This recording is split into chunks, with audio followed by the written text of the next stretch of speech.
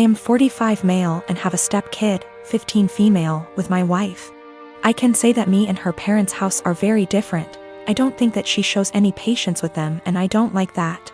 For some reason that I do not know, whenever she wants to punish her, she will make it seem like she is going out to do something or save the punishment for when she leaves for work, so it's my responsibility to punish her.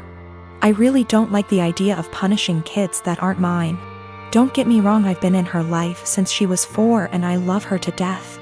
But it doesn't change the fact that they aren't my kids, and it seems like a major out of bounds thing to do. Again, I'm really not comfortable with doing that.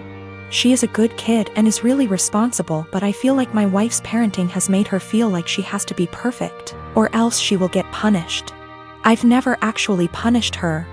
Like I said, she's a really good kid, and no circumstances did I ever see that a punishment was necessary.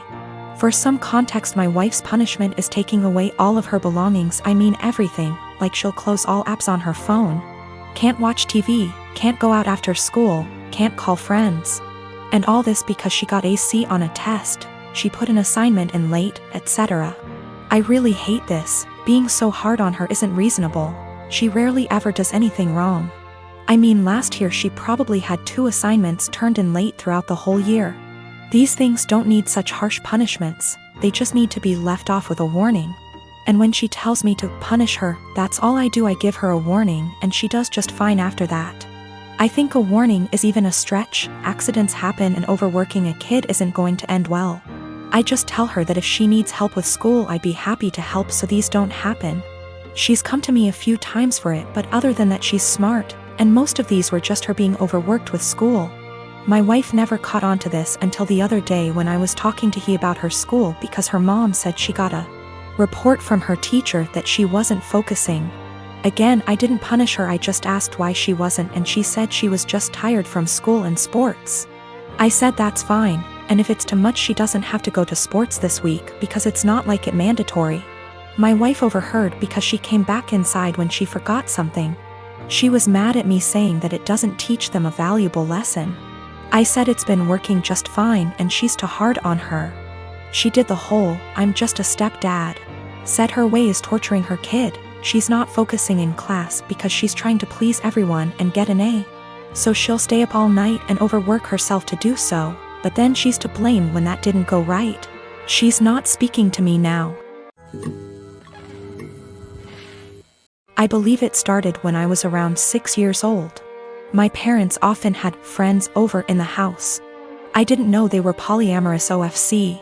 One day I was outside playing, got hurt, and when I ran inside caught my parents making out with some random guy. They told me they have other adults that they love and it's a completely normal thing. Me being a child just accepted that.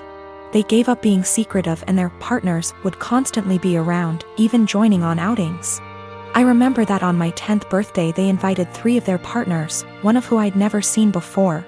And for the rest of the day my parents just withdrew from my party and hung out with them.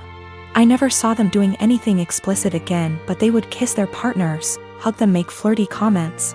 Something that would be normal between parents, but with many more people. Sometimes I came home from school and my parents were gone and there was some random adult in our house.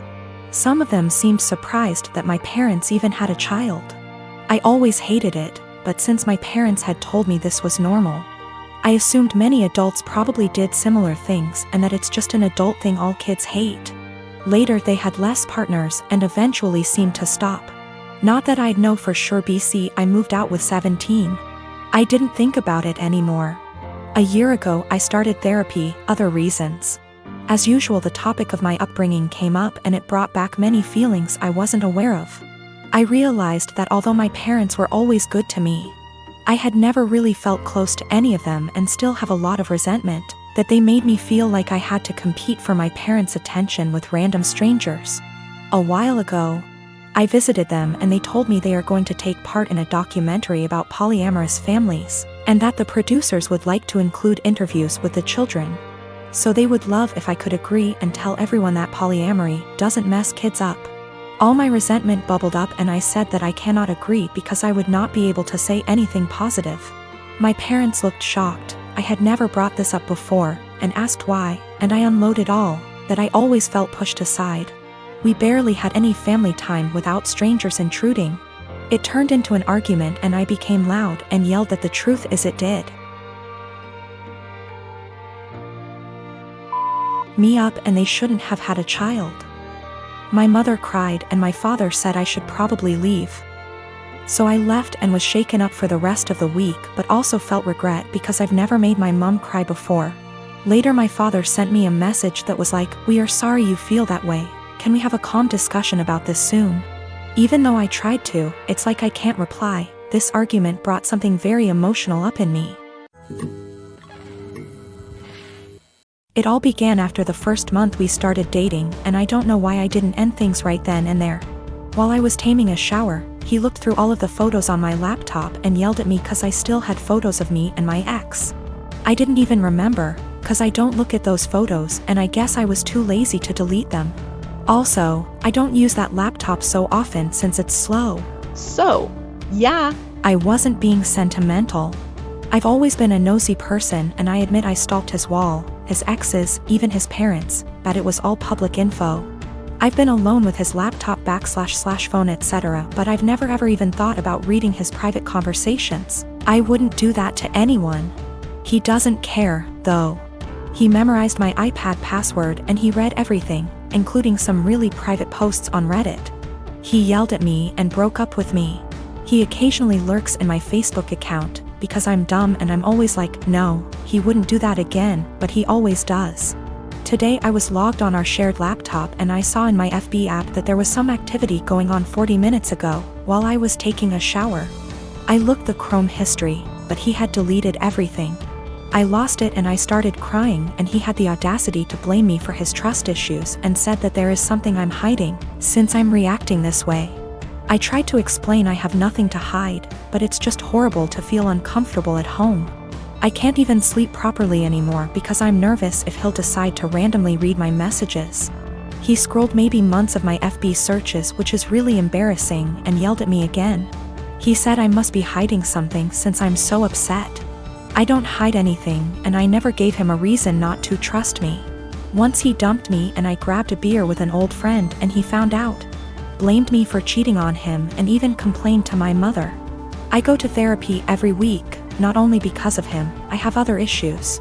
There was this group session and I met a boy who has similar problems to mine and I felt that finally I'd have someone outside therapy to talk to. He's not my type and I didn't like him in a romantic way. I just felt we could be friends, but my boyfriend found out we've talked once, because he was snooping again OFC. And again yelled at me. He said I was a cheater and that's why he had trust issues. I've always been faithful and I didn't deserve this. I changed all my passwords, but I'm tired of feeling uncomfortable in my own home. He went out and told me I deserve this and he's right to invade my privacy and I have no right to be mad. I don't know what to do anymore. I finally picked up some courage and ended this pathetic excuse of a relationship. 2 days ago he came with his mother, OMG, to collect his stuff and also took the laptop he gave me as present. Which was pathetic. I purchased a 3-bedroom condo in Toronto, Canada 5 years ago when I was in my second year of medical residency. Soon after the purchase, I rented one of the rooms to my roommate to offset the costs of the mortgage. I live in one room, she lives in the second, and the third is my study / office. She has been a great roommate from the beginning. We aren't necessarily friends, as in we don't do things together for fun, but we get along exceptionally well. The entire roommate / tenant relationship has gone swimmingly up until recently. A couple of weeks ago, my roommate broke the news to me that she is pregnant. The father was a fling of hers, who does not want anything to do with the child. My roommate has decided she wants to keep the child anyways, and raise it on her own. To me that seems like a huge challenge, and I admire her for it. The issue is, while I don't necessarily dislike children, I have no desire to live with a baby. While the condo is a fair size, I will most definitely be woken up by the babies crying at night. My condo is also where I like to come home to and relax, like a haven after a long workday. And the idea of coming home to a baby honestly seems absolutely chaotic. Especially since this isn't my own child. I.e. one that my girlfriend and I decided to have / was mentally prepared for. As difficult as it was for me to do this, I told her essentially what I've written here. And that it would be best if she finds somewhere else to live. I am not rushing her out or anything like that. I have given her 6 months' notice. Since any later than that will come too close to the birth. She was honestly quite taken aback by this, and thought that I was being cruel. Her primary concern is that rent has gone up substantially in this city since she signed on with me. I haven't increased her rent since she moved in, so she's essentially paying 2015 rent. She works as a waitress, and will likely need to find a lesser apartment to keep within the same budget. A couple of other considerations are that she was out of work while restaurants were closed. But I did waive her rent for that period. All of the furniture is also mine, aside from her bedroom, so she would need to figure something out on that front as well. Aside from all of the child expenses. I understand her position, and I feel horrible about the situation, but I honestly can't do it. I haven't been able to give life much thought lately, as work has been quite busy. Firstly, I have a friend in real estate, and I'm going to see if they can help her try to find some affordable listings. Secondly, as I don't plan to take on another tenant after her, and can afford to do this anyway, I have decided I'm going to waive her rent for the remainder of the tenancy. This will hopefully give her a bit of a boost to get on her feet. I consulted an attorney to be 1000% sure, and this is perfectly legal. Since I live in the unit, the eviction laws are much more lenient. Her baby will become a toddler, and a toddler eventually becomes a school-age child. Will it really be any better to do this later on? When I came home from work today, I told her that I wanted to discuss the overall situation. Before I even began, she actually apologized to me for how she spoke to me, and for expecting that I would be okay for her to raise her child here.